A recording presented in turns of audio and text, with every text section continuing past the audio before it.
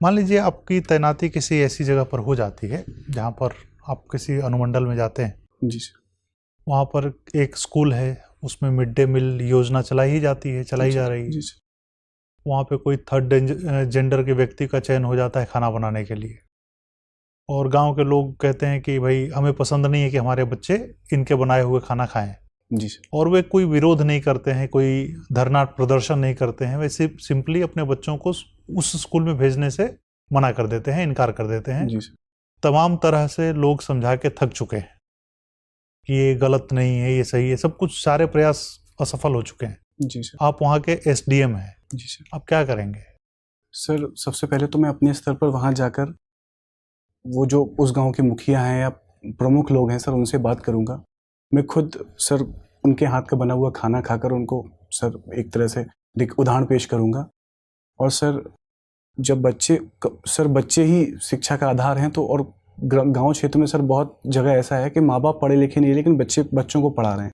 तो सर कम से कम उन बच्चों को मैं इस चीज़ की शिक्षा दूंगा कि इसमें कोई भेदभाव करने की आवश्यकता नहीं है। वो अपने घर जाकर अपने माँ बाप को समझाएंगे सर, इस तरह से ये तरीका। लेकिन प्राइमरी स्कूल के बच्चे इतने वैसे होते नहीं जो माँ बाप पे प्रेशर डाल सकें। जी सर। और वहीं दूसरे स्कूल में वो लोग अपने बच्चों को डाल देते हैं आसानी से, कोई दिक्कत नहीं है उनको।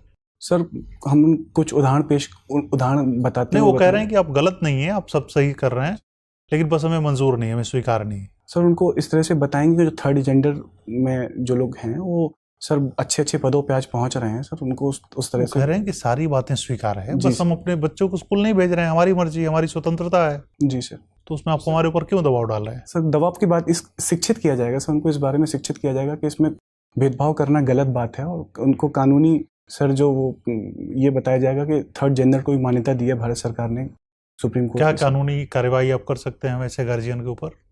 सर कानूनी कार्रवाई तो नहीं सर, उनको एक नोटिस दे सकते हैं। नोटिस दे सकते हैं हम, अगर उनके बच्चे की मर्जी कि वो अपने बच्चे को किस स्कूल में पढ़ाएं तो आप नोटिस दे देंगे? नहीं सर, लेकिन उनको समझा तो सकते हैं सर नोटिस के माध्यम से कि इस तरह से नहीं करना चाहिए। चलिए ठीक।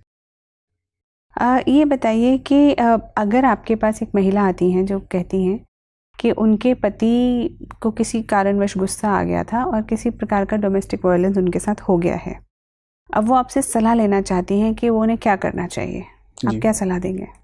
मैम मैं तो पहले तो उनकी पूरी बात सुनूंगा कि वो मतलब वास्तविकता बात क्या है।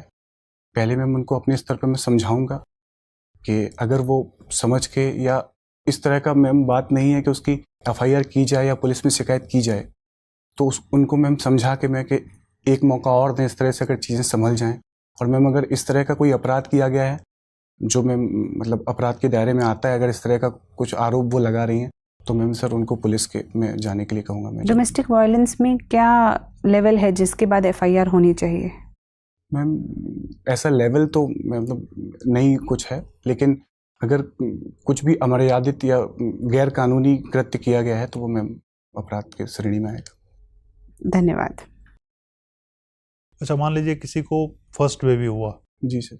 सेकंड बच्चे में ट्विंस पैदा हो गए। जी सर। तो उसको दंड होना चाहिए नहीं होना चाहिए? सर इसमें दंड नहीं होना चाहिए, क्योंकि सर ये उनको तो उनके बगैर जानकारी तो ये पॉलिसी में है, अगर उत्तर प्रदेश की सरकार इसको ड्राफ्ट को लेके आई है तो? सर इसको ध्यान नहीं, आपको पढ़ा नहीं है अभी, ठीक है। लेकिन कुल मिला के बड़े अच्छे कैंडिडेट हैं।